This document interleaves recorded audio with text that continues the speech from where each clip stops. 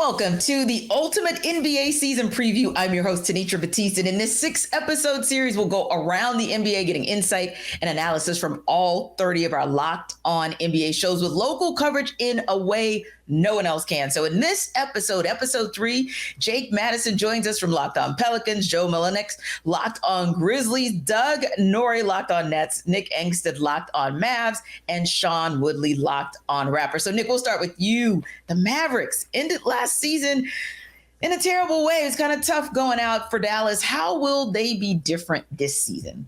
Oh, hopefully a lot different this season, because last season was just one of the dumbest, worst seasons I've seen in a long time, the way that the Mavs went out. You only had 16 games with Luka and Kyrie. They only played 4 straight games together twice. Like, they basically just played every other game. They were hurt at the end of the season. Their defense was already bad in the season, and then it got worse after the trade, and it just crumbled all the way down to the studs. They tanked the last 2 games, which was a great move because they ended up getting the draft pick that became Derek Lively, that became Omax Prosper, and became Rashawn Holmes, now all on the team and all have a chance to play here for the Dallas Mavericks. So they added a bunch of new guys. There's a ton of new faces for the Mavericks. Grant Williams is going to be big for their culture as well as their defense and their shooting. Seth Curry comes in. He's going to help their shooting. Their rookies that are coming in. Derek Lively may start for this team. Like, he's going to start in preseason. We'll see what happens with him going forward. But this team should be a lot different just because they're starting with everybody here. They're not like trying to create something in the middle of a season. And Luka and Kyrie still good, still won their minutes when they were on the court. They just got to figure out how to win minutes when one of them is off the court. Yeah. And I think that's a great point that you make, because that's kind of, it's like a true, like a hard reset, if you will. Whereas if I look at the Pelicans, not exactly, Jake, a hard reset, but a reset in some way nonetheless, because of Zion Williamson and kind of the in and outs, if you will, from last season. And of course, the eventful summer, we'll call it eventful. So when you look at Zion's health, where does his health stand, and kind of where does he stand with all that off the court stuff? Yeah, you look at this Pelicans team, and it seems like they're just kind of running everything back, and it's kind of business as usual, but it's actually really far from that. And we can get to Zion here in a second with it, but they made a lot of changes behind the scenes. They've revamped their player performance and care team. They've dealt with a ton of injuries, not just to Zion Williamson, but even a guy like Brandon Ingram, who missed 29 straight games at one point last season, right? Health has always been the problem for the Pelicans, and this is the first year in 5 years that they've made some significant changes to try and maybe just get player buy-in a little bit more, keep these guys healthier, because on paper, they're a very talented team.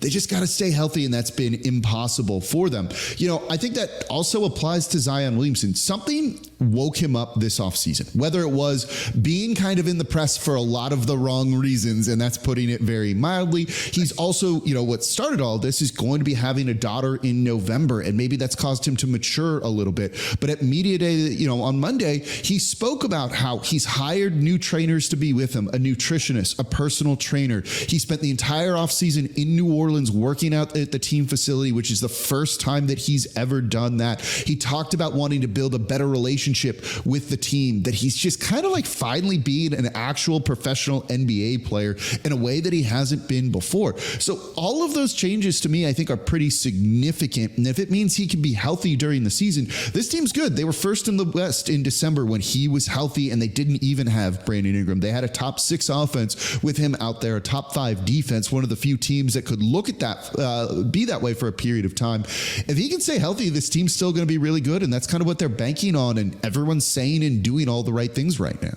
No one asked Jake why Zion woke up. No one asked Jake. Probably afraid to. We don't need the show to get banned from YouTube quickly. Yeah, and we can't go off the rails that early, right, guys? But speaking of off the rails and probably needing to get back on the rails at some point is Ja Morant. Joe, of course, he is suspended for 25 games. So that's certainly something that we're going to talk about a little bit later in the show, because that's important as far as the pecking order in the Western Conference, right? But swinging back over to the East, Sean, Pascal Siakam was Mr. Popularity this offseason, right? It seemed like every team every day was in the whole Pascal Siakam rumor mill. So this summer, rumors, will he stay? Will he go? Well, of course, so far, he stayed in Toronto. So what do you think the long-term plan is for him and the Raptors?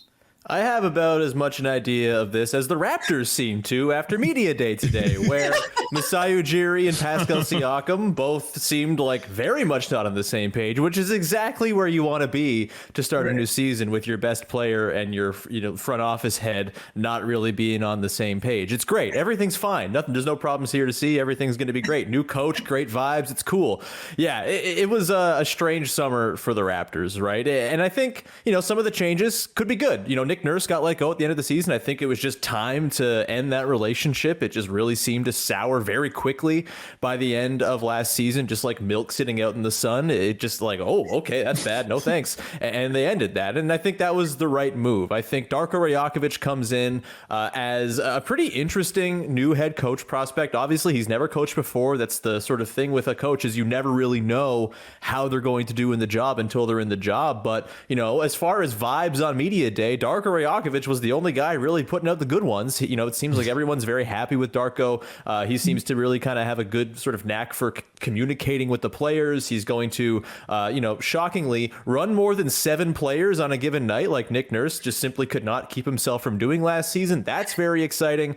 But it all does come back to Pascal sign a contract right now for near $200 million over 4 years if the Raptors want to. And you would think that your 2-time All-NBA player who you can go extend right now would just have an offer to go extend, but it does not seem like that's coming anytime soon. And when you couple that with losing Fred VanVleet for nothing in the offseason, which, look, you couldn't go and pay him what the Rockets did, right? $43 million a year for Fred VanVleet. Good for Fred. Happy he got that, but you could not possibly do that if you're the Raptors. But you lose him for nothing after seemingly thinking you had a pretty good shot at keeping him. They misread that market.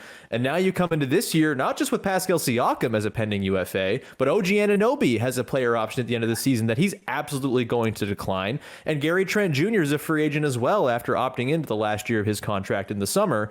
And that just has this big sort of awkward question hanging over the entire team is, all right, 3 of your 5 most important players are not under contract beyond this year. What's the plan here? What's the direction? Are they going to sign deals before the season starts? And I'm not expecting that's going to happen with Pascal. And I think that kind of speaks to a bit of a mismanagement of the relationship between the Raptors and their best player. And we got no closer to any sort of clarity on Media Day. It's going to be fascinating to see if we see some sort of offer, but I'm not holding my breath at this point. And I think it just kind of speaks to the general state of disrepair that the Raptors kind of seem to be in. Yeah, I would say the same. They're kind of one of those, I like to say, Sean, like a middling organization, because there are times when you can have them in the conversation of kind of, I'll say the big 3, obviously the Bucks and the Celtics, and depending on which year it is, it could be the Heat, it could be the Bulls, it could be the Raptors. So they've been up there, and then they've also been at the bottom of the Eastern Conference kind of, and they've been in the middling kind of, we don't know if we're the contenders or the pretenders. And then they've also been at the bottom of the barrel, kind of scratching their way even into the play-in tournament. So yeah, very intriguing what this roster is going to look like and where this Raptors team goes from here. Yeah, I'm fascinated to see how that team, like, where it ends up by the end of the season. They have like no guards. You guys had no guards last year. You had no guards last year, Sean, and somehow you have less guards going into this season. Is it just Scotty Barnes and Dennis Schroeder, and like you're just gonna say, hey, let's just figure it out?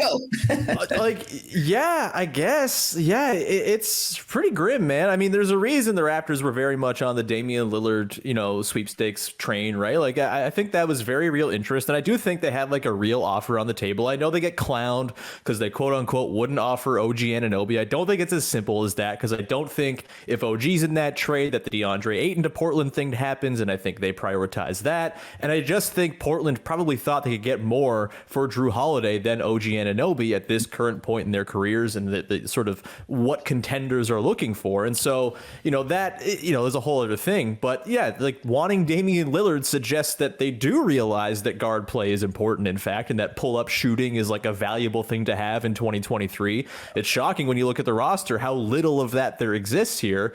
There's a pathway to this team being decent. I think their defense actually profiles to be pretty awesome, and I think playing a more conservative style than they played last year. Remember Nick Nurse ball, where it's like, good players, send 2 guys there and figure out the rest and get, a barrage of threes by role players put on your head. I don't think that's going to be the case anymore. I think they're going to be a pretty conservative defense with like really good defensive players top to bottom in their lineup.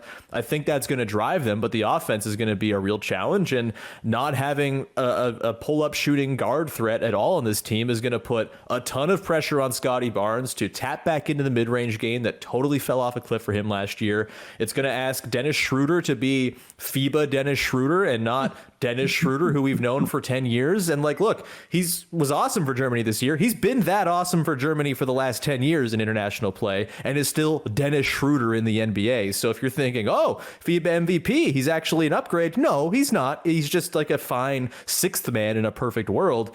It's a really, really strange basketball team. I don't know what's going on. Up is down, east is west, whatever. It's going to be a very strange year in Toronto, no doubt.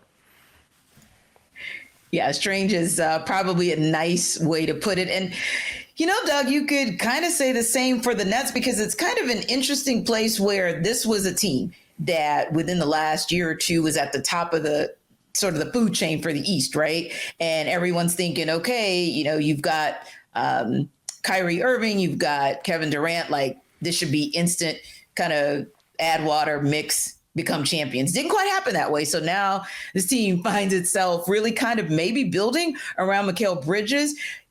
But I was wondering, from your perspective, just being so close to the team, do you feel like they can actually build around him, or is there a plan to maybe get another foundational centerpiece? Well, I think if the Nets owned their own draft picks going into this year, the Nets would be in a different podcast group here. They wouldn't be in the What Are we wouldn't be in the What Are We group. We'd be in the On the Rise or What's Next group. I think. Yeah. I think that's I can say that pretty definitively. But because they don't own their picks, they're in this very weird middle ground right now, where there's no incentive to tank, and they don't have probably the talent to be with some of the other teams in the East, and they're stuck in this weird middle ground. I think it's going to be, it's definitely what we've been referring to it as a gap year, in that it's let's just see what else we can produce from some of the young guys that they brought in from the offseason.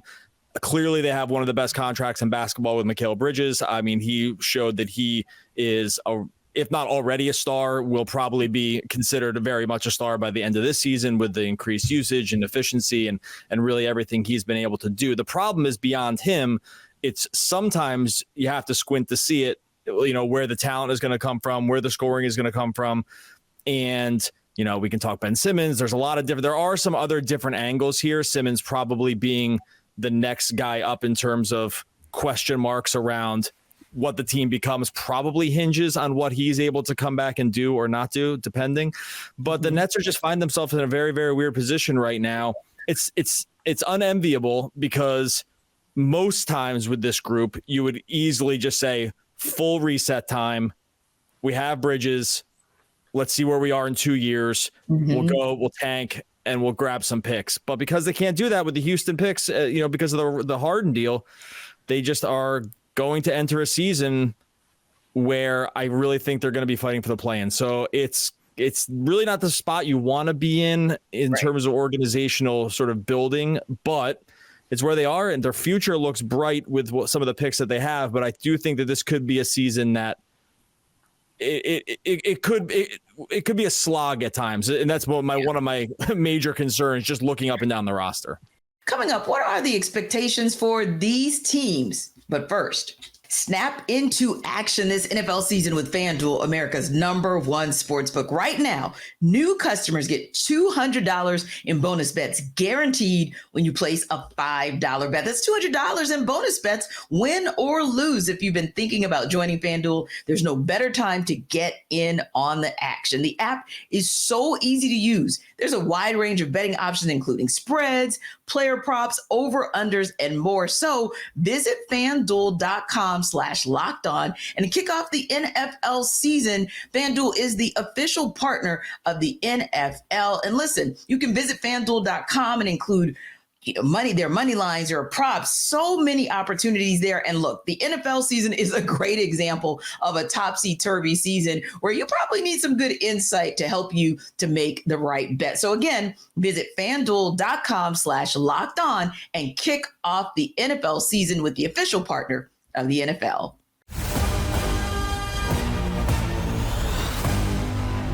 Doug, I feel like, just like we were talking about earlier, that's kind of the signature or kind of the mantra for the Eastern Conference. It's like you have one or two powerhouses and maybe three, and it goes up and down, right, on who they are besides like the Bucks and Celtics. But it seems like the rest of the teams on any given day can be either at the kind of bottom, like 3-4, the top four. They could be in the middle, or they could slide very much to the bottom, and we never quite know which team at what point is going to be where in the pecking order in the East. In the range of outcomes, there is a version of the Nets that can exceed, probably like get into some, higher percentile outcome and be okay. It's just that their margin for error is much smaller than a lot of these other teams, just because there is a talent drop off, even with a full Simmons comeback season, 2019 Simmons. No one says better media day vibes than Simmons. But you gotta wait to see it, right? So my guy had to go. Siakam has words for you, baby. I was like, has Ben Simmons learned to shoot yet? My guy had to go. This is what I mean. Pre-pandemic year to find the Ben Simmons year that would work. Everything was fine last year, and then he does the interview this summer where I was like, I was hurt all season. It's like, well, okay, so this is why you have to wait and see it, right? You just can't. I never want to do this because I just don't think it's good process in any evaluation. But the Nets do represent for me one of those. I just have to see what happens literally in the first preseason game, and then to begin formulating some more of my opinions, because until that happens, you just don't know. And I think that's usually a really bad thing to make any evaluation on, because it's just too short-sighted and it just doesn't allow for enough, there's not enough heuristics to really kind of like formulate a good opinion. In this case, though, that's like, there are so many different ways things could go. Like Simmons could look amazing. Cam Thomas is the sixth man. There's just like weird things that can happen, but that Simmons could be on the bench and Cam Thomas could be on the rotation. Like, these are just two things that could happen. I don't know. I just need to see. I just need to see it for a couple games in, because there are a massive amount of question marks for a team that doesn't have enough talent to like really dream super huge on what they could become. Can I ask, like, how are the Nets approaching Ben Simmons right now? Like, are they touting him as like he's gonna start, he's back, like he's the guy? Like, what are they planning on doing with him? That was a quick no right there. It's ready. They seem to be already maybe at odds around that. And everyone's done a good kumbaya job here of going into the season and saying sort of all the right things. Like, Simmons has said all the right things. Okay, congrats. And Vaughn has said all the right things. They've admitted that in the past they barely even spoke last year. So that we'll nice. File that into the That's not amazing good category, right? So, and then, but even now, it's Simmons has said he wants to start. There's been no clear sign that that's going to happen from the Nets organization. No one said it isn't going to happen, but no one has said he is the starter, and even like I mentioned Cam Thomas, and I don't think he's a huge linchpin player, but even he at media day mentioned something along the lines of like, well, I'm not sure exactly what my role is. Right? It's like, okay, season kind of starts soon. So maybe it'd be great if everyone knew what they were going in. I think this is just sort of the theme of what the Nets have run the last couple of years is there are too many question marks. Sometimes the players seem to have question marks around what's going on. The hope was that this would not be the case going into this year. It's not started off perfectly along these lines. And again, this is why honestly, one or two preseason games might tell a lot of the story about what the plan is, but no one has actually put pen to paper and said, this is what we're doing. Yeah. Doug, I got a question for you, and this kind of applies to Sean too. Like, is there any heat then on the front office for kind of all of the turnover with star players that they've had, bringing these guys in, making these deals, then shipping them out, then bringing other ones, shipping them out? The draft pick situation, you look at their future draft picks, is just bizarre a little bit for the next couple of years. But Sean, maybe you can answer this after. Yep. Same with like Ujiri, right? Like, he seems notoriously difficult to deal with all of that. Will they trade Anunoby during last season's trade deadline? And he was one of the hottest names, and like nothing materialized at all with that. Like, do they look at making changes to the front office on both these teams? I can answer this one pretty quickly. Sean Marks seems like he is made of absolute Teflon when it comes. There are very few GMs that would be on their third coach and their fourth iteration of the team and still have full sort of like immunity around whatever is going on. That just never happens. Again, like you could usually mark this stuff by coaching changes. It's like, hey, you get a couple bites of the coaching apple, and on your third one, maybe it's you, right? Like so maybe it's not the coach, maybe it's you. And yeah, I think he gets helped a little bit that the Harden stuff and the Kyrie stuff look not as bad in a vacuum because, I mean, clearly Harden seems like a head case here. What's going on? Or just, okay, let a head case. It looks like they might not be the easiest guys ever to deal with. So maybe there's a mea culpa there. But I'm with you. I'm shocked that there's not more discussion about a regime change just because the last thing went so bad and you engineered it. So I just don't, and I just don't understand it. But there is no hint that job is anything but rock solid safe. And I just think if it was almost any other regime, there'd be major questions about it, but no one seems, that just never comes up. And that's where we talked about it many times. And it's very head scratching to me.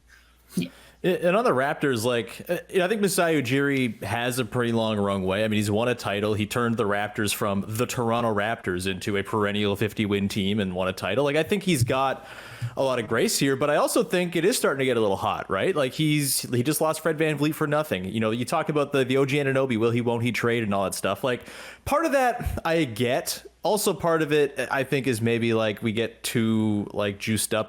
Everyone has to make trades. That's how you be a good GM. Like, I don't necessarily think that has to be true. Like, I see the stat going around. Oh, the Raptors have the fewest transactions in the last 3 seasons. It's like, okay, fine. It's not like it's not like you're trying to gain points by doing transactions. That's the not Spurs used to lead that every single year when they were in their dynasty with Duncan. Exactly, right. So I don't think that's like a determinant of success, but I do think there's a lot riding on this season for the Raptors, and if they lose Pascal Siakam for nothing, if they lose OG Anunoby for nothing, when going into the season with these pending UFAs, having just lost Fred for nothing last summer, I don't think it's necessarily all linked. Like they could totally keep Pascal and OG.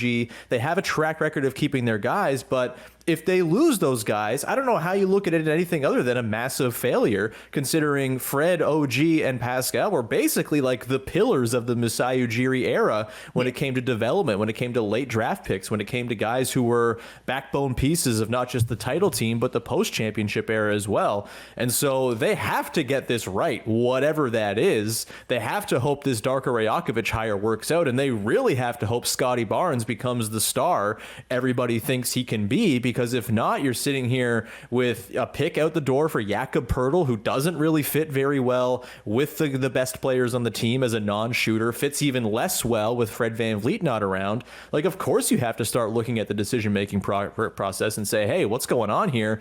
Masai, it's a weird case with him because he has sort of cachet beyond basketball, right? Like he is just sort of like a figurehead for the franchise that I think they are very happy to have in that figurehead role. He's like a very sort of inspiring leader. He has lots of philanthropic stuff, Giants of Africa, Basketball Africa, all this stuff. Like I think they like having that part of the portfolio of the Toronto Raptors, as it were, but Bobby Webster, the GM, like he's totally, I think, very much on the table if things go poorly this year. And you never know, the powers that be, who own the Raptors. It's not like a single individual owner. It's a giant conglomerate boardroom at MLSE. If they start to realize, hey, things aren't going so hot here with the Raptors, this is supposed to be one of our easy money tickets, and this is not going very well, then I think they could certainly start to look at Masai Ujiri and a change at the top. Like I don't think we're far off, if we're not already there, from a lot of fans feeling like, hey, this is kind of time to start looking at some change.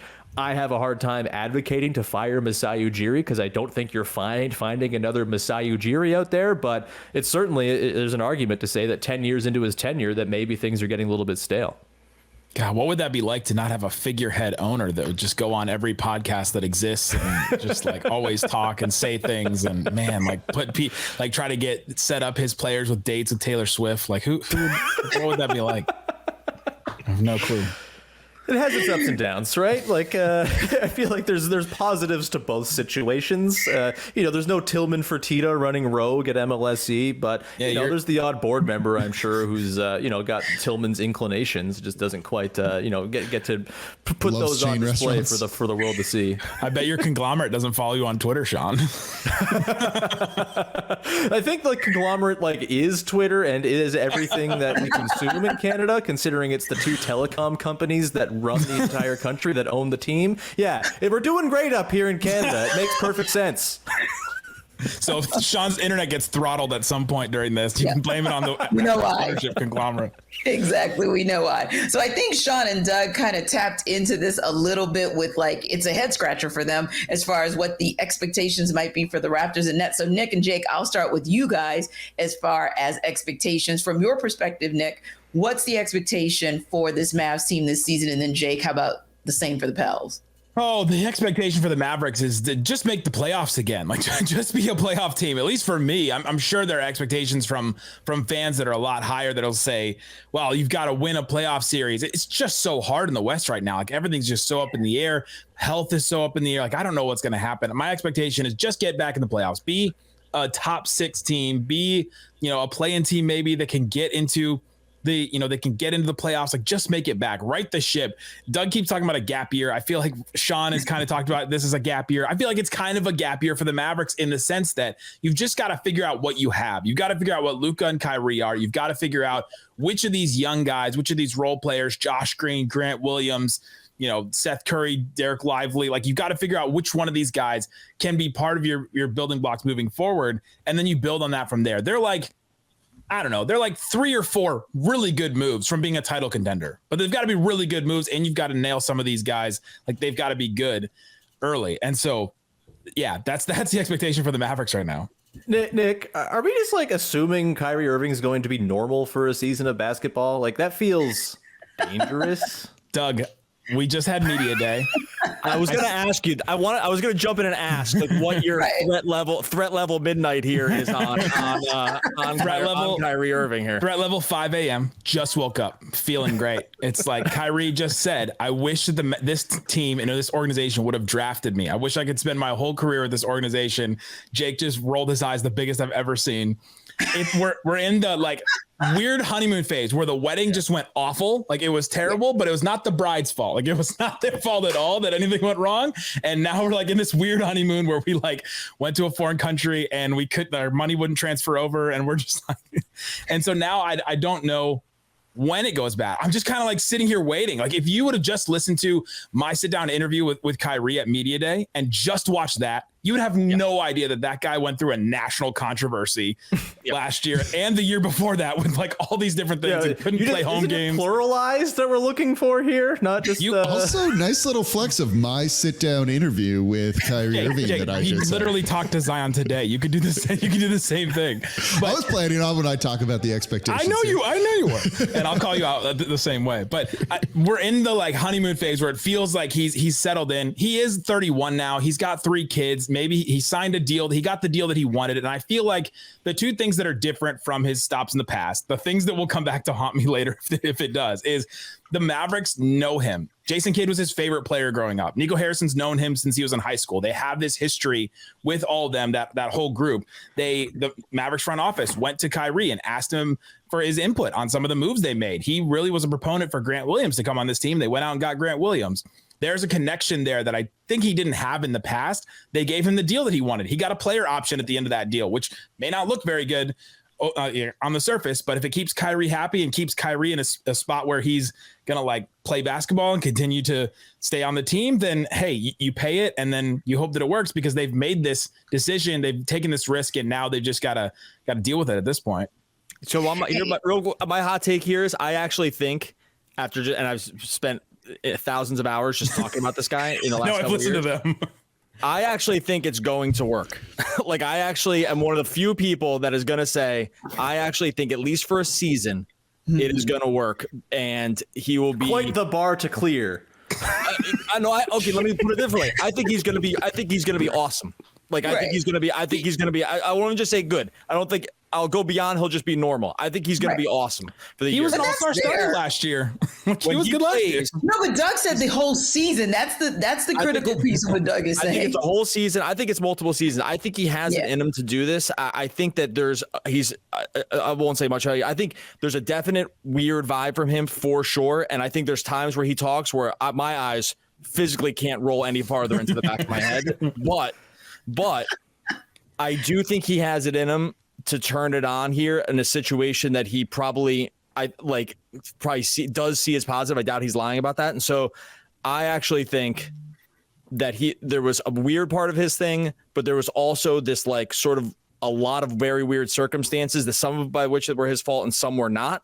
And I just think he pulls it together and it's just like puts together a crazy statistical awesome season. We have to say it's a big difference between Brooklyn in New York and here in Texas. Like I kind of feel like that's going to be a big. That might be a starting point. Yeah, just the atmosphere, like, Southwest versus Northeast. Coming up, what questions do these teams need to answer? But first, recently I was trying my best to get to the Renaissance tour, right? And I had a little bit of a challenge with my tickets.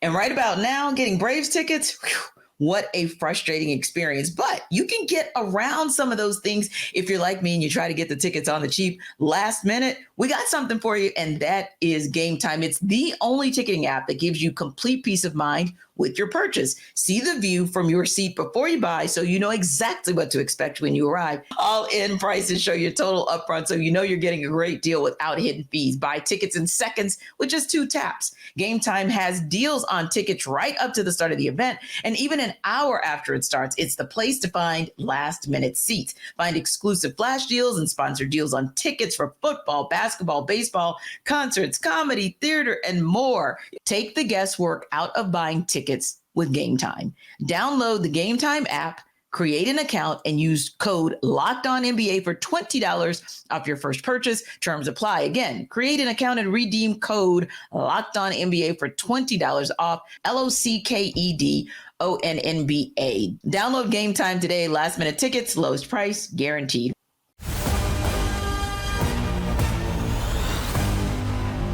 Joe entered the chat, so I want to bring him into the show and kind of talk a little bit about the Grizzlies, kind of get you caught up, Joe, because, hey, look, I know inquiring minds want to know, including this inquiring mind, about sort of where the Grizzlies are, because, it's a weird place to start the season because you won't have Ja Morant for those first 25 games. So it's kind of, where's that organization right now in terms of preparing for life without Ja, and kind of who you see needs to step up to keep the Grizzlies in the conversation as far as the top of the West? We suspended Joe for the first 20 minutes of this episode. He just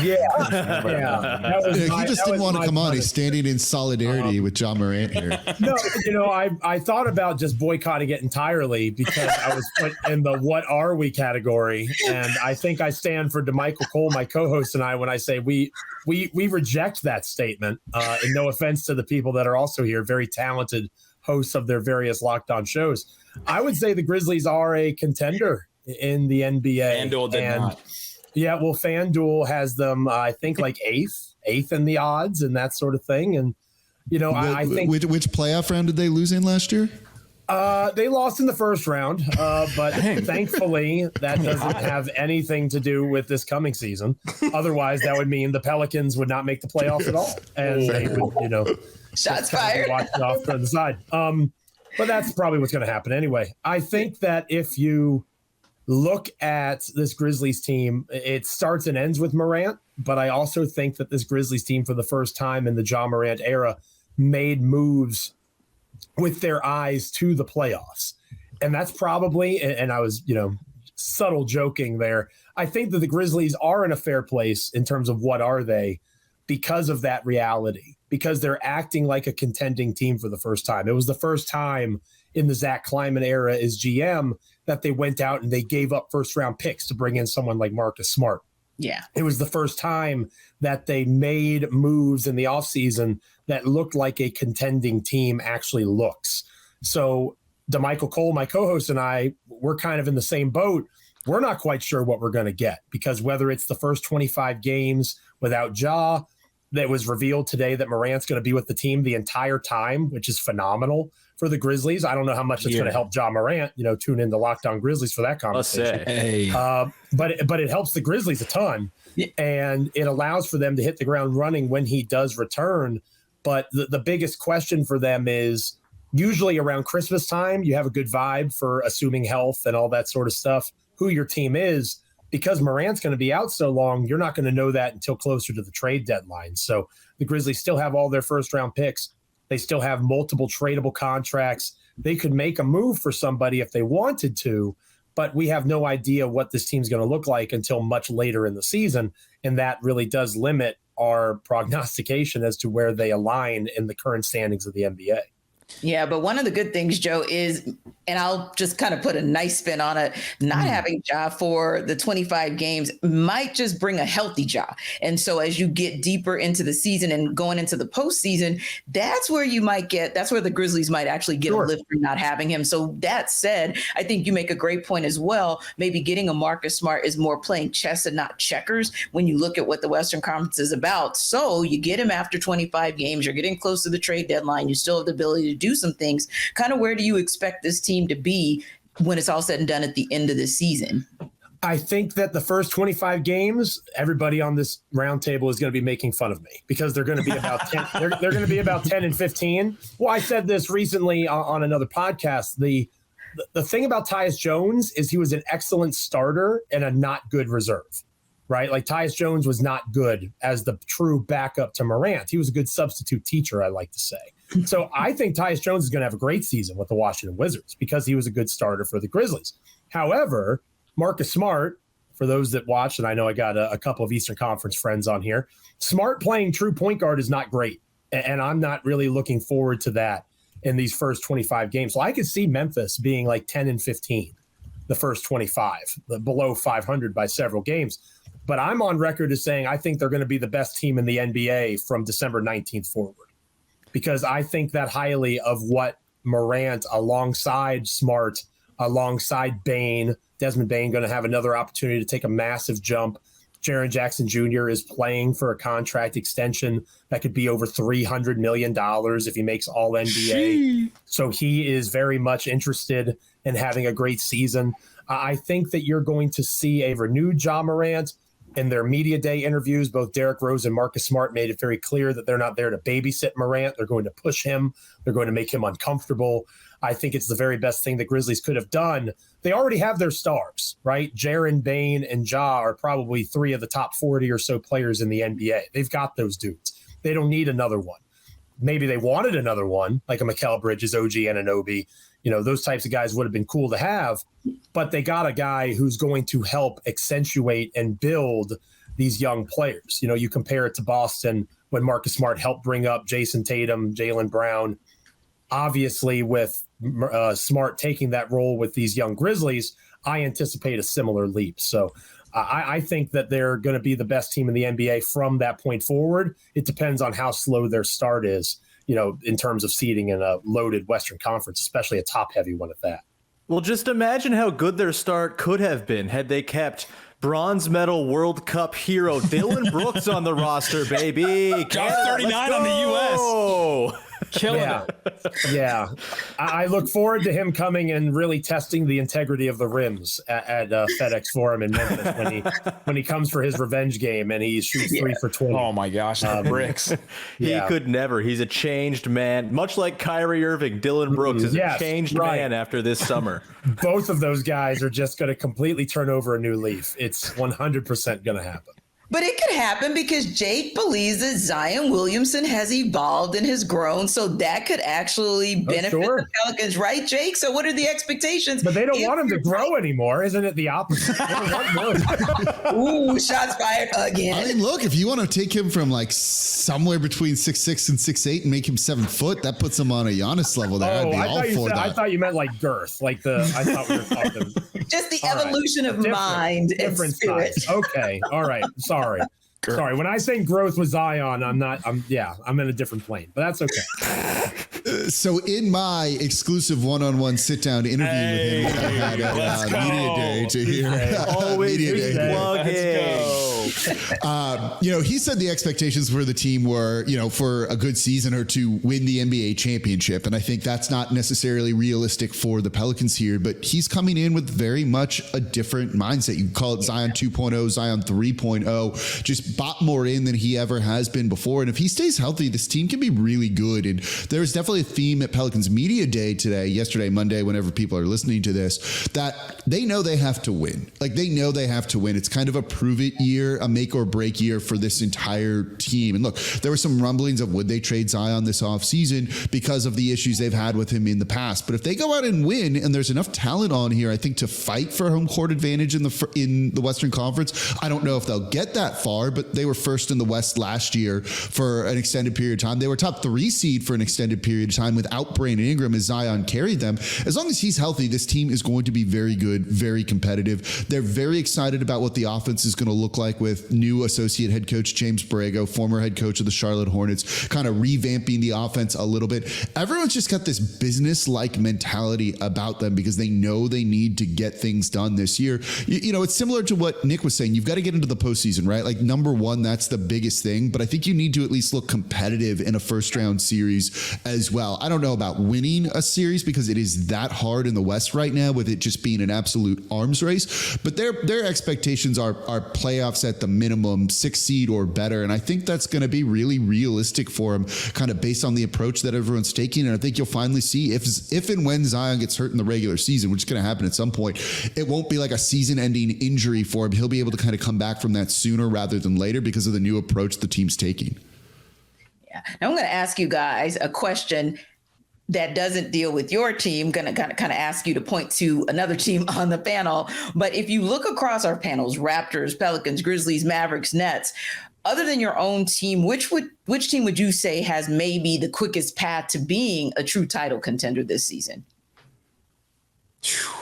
If Zion plays, I think it's the Pelicans. I think they're that deep. I know who I can look at their roster and say, okay, they're 10 players deep on guys that I would play in the playoffs. They have guys that can take leaps too.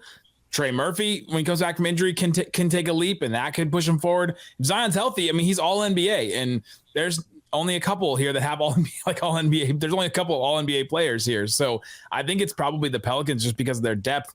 I'm supposed to say the Mavericks. I just think that they're a couple more moves away. They don't have the same kind of depth, even if they are more top heavy than the Pelicans are right now. That's why I let you off the hook and said you don't have to say your team. Pick another one from the panel. So you're good, Nick. With the Pelicans, in theory, I am with you, but I also can't, the if Zion's healthy thing. It's been proven that we can't count on that. And so I'm not going to go Pelicans. I think I'll probably go the Grizzlies. I think their backbone of Ja, Desmond Bane, who, boy, oh boy, I really wish the Raptors took 29th in that draft instead of Malachi Flynn. Welcome to the club. But Desmond Bane, Jaren Jackson Jr., I think Marcus Smart's really going to help that team. Desmond Bane wasn't in your backyard, right? At least Desmond Bane literally didn't play down the road from your franchise, and you had plenty of TCU is not in the backyard, but yeah, it's around the backyard. It's in the neighborhood. Anyway, I think it's the Grizzlies. I think their star talent's incredible. I think the backbone of their defense with Jaren Jackson Jr., if he's on the floor, which he was not on the floor. People will remember when Canada beat the United States for the bronze medal at the FIBA World Cup. I don't know if people remember that or not. But Jaren Jackson, if he can stay on the floor, he's one of the best defenders in basketball. There's no question about it. I think the top end talent there makes it so the Grizzlies are probably the team here. But I guess Luka also kind of gives a team just an avenue to winning a title. I just don't totally believe that they're ready yet with that super young, set of dudes they're hoping will kind of be his next wave of great teammates. I think they're probably a year or two off. So I'll go the Grizzlies. That is way too much hate on one of your own, Omax Prosper. How dare you? He's ready. He's ready right now. Omax. I'm in. I actually think Omax profiles very similarly to OG Anunoby as a rookie, where he had a 6% usage rate, but was awesome on defense. It was just exactly what you need with other high usage guys out there. I think he's going to be awesome. Except he's the size of Siakam.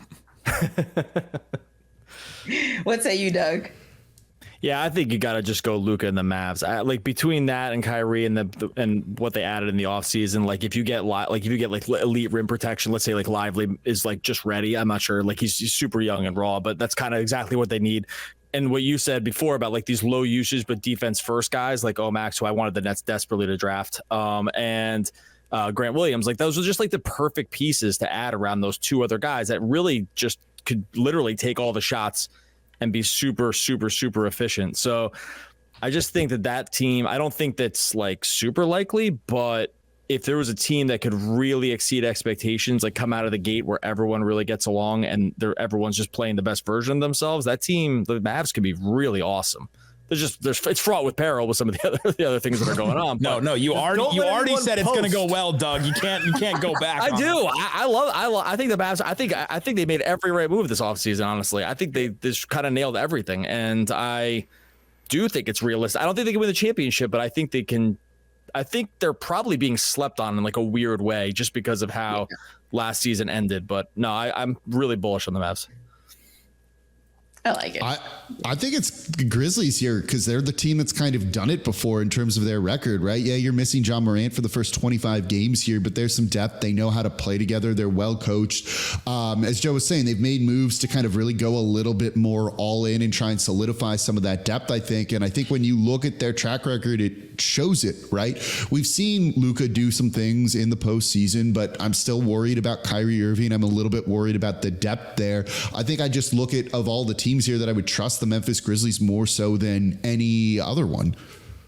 And I would probably have to say the same. I'd go with the Grizzlies, and mine would be a little bit less about the performance and maybe a little bit more about rounding this team out. So when you have someone like a Derrick Rose, who's very respected, and then you have someone like a Marcus Smart that's kind of, at 29, he's not quite young, but he's not old, but there's enough maturity. He was kind of that one of the hearts and souls of the Celtics team. I feel like maybe bringing him in to kind of settle and help a Ja Morant to mature, to help to do the same thing for Desmond Bane or even a Jaren Jackson. Those are sort of those intangibles also that can help you to kind of settle yourself and understand the importance of putting yourself in position to be a true contender with the Nuggets or with the Warriors or whomever, ends up in sort of that top 1 or 2 space over in the West. Yeah, between the Grizzlies with Marcus Smart and the Mavs with Grant Williams, our team just took the heart and soul right out of the Boston Celtics. Like that's going to be a really interesting team to watch.